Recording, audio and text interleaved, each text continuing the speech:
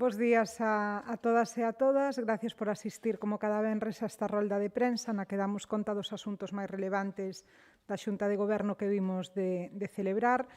En ese sentido, pois quero informarvos de que aprobamos a resolución do 7º concurso de fotografía Sendeiros das Reservas da Biosfera, Terras do Miño e os Ancares Lucenses, que nesta edición tiña unha temática coa que pretendíamos poñer en valor, dar a coñecer e divulgar o noso patrimonio natural e cultural dentro das reservas da biosfera que se xestionan directamente dende a Deputación e que, ademais, son unha ferramenta importante para o desenvolvemento desta provincia. As bases incluían tanto redes de rutas de sendeirismo e itinerarios como conxunto de vías e camiños tradicionais e pedíamos que as imaxes mostrasen a riqueza natural, cultural e paisaxística destas reservas da biosfera. Unha vez presentadas as fotografías e reunida a comisión avaliadora, os premiados para este ano 2021 son Lina Iglesias Forneiro, pola súa obra Camiño Primitivo, que vai a recibir o primeiro premio, que está dotado con 800 euros, Germán Limeres López, coa fotografía Lagoa de Cospeito, que será neste caso galardoado co segundo premio dotado con 500 euros, e Manuel María Balbás Naveira, que inmortalizou Cores de Inverno na Senda dos Muiños, que acada o terceiro premio, que conta con un importe de 300 euros. Está previsto que o fallo saia publicado xa na semana que ven no Boletín Oficial da provincia. E xa respondendo a outro orden de cuestións, aprobamos a adxudicación dun contrato para a compra do novo equipamento para o Parque Móvil da Deputación de Lugo, que, como saben, se ocupa de traballos de mantemento e mellora de vías provinciais, pero que tamén é un instrumento moi importante de cooperación cos concellos, porque actúa en estradas municipais.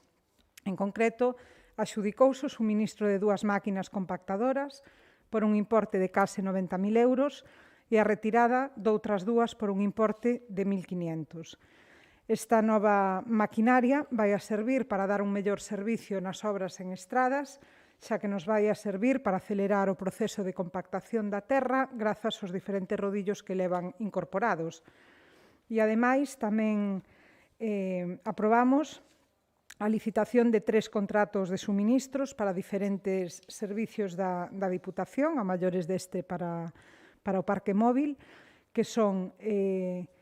unha contratación por máis de 25.100 euros para a adquisición dun grupo electróxeno para dar cobertura á granxa Galloso Castro.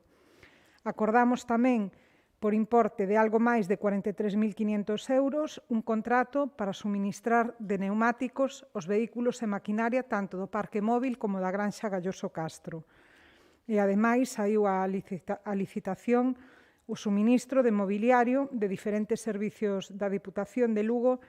por importe de 91.960 euros. Trátase de mesas, librerías, armarios,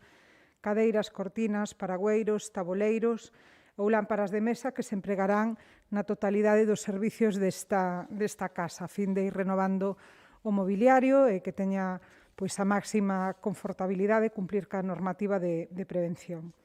E xa para rematar, infórmovos de que a Xunta de Goberno de hoxe aprobou a prórroga do encargo a Traxa por un período de 3 meses e un importe de 231.000 euros para o servicio de limpieza dos distintos edificios e dependencias desta institución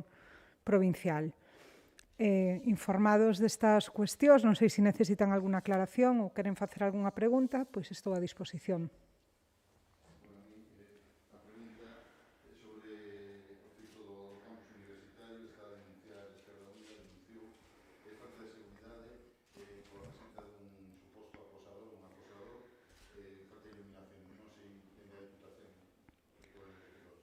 Bueno, primeiro que temos que dicir é que rexeitamos, evidentemente, este tipo de comportamentos que algunhas persoas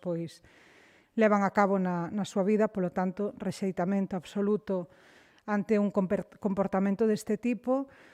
e, a partir de aí, decir que nós temos cedidos terreos á Universidade